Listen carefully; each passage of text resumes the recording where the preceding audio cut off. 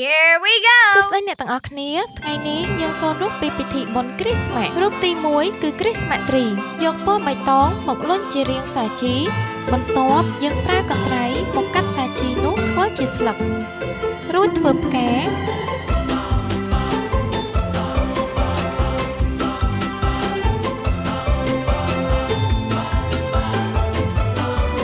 ធ្វើអំពូលភ្លឺ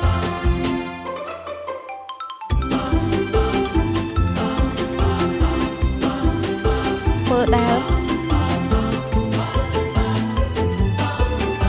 រួចយើងផ្គុំចូលគ្នា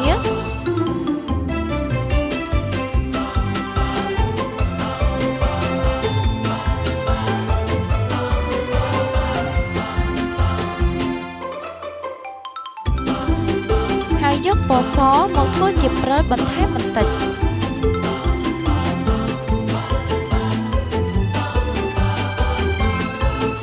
ជាការស្រេចរូបទី2យើងនឹងធ្វើពីមនុស្សព្រិលយកពណ៌សមកលុញជារាងរង្វង់ហើយយើងធ្វើមួកយកមួកភ្ជាប់ជាមួយនឹងរង្វង់នោះ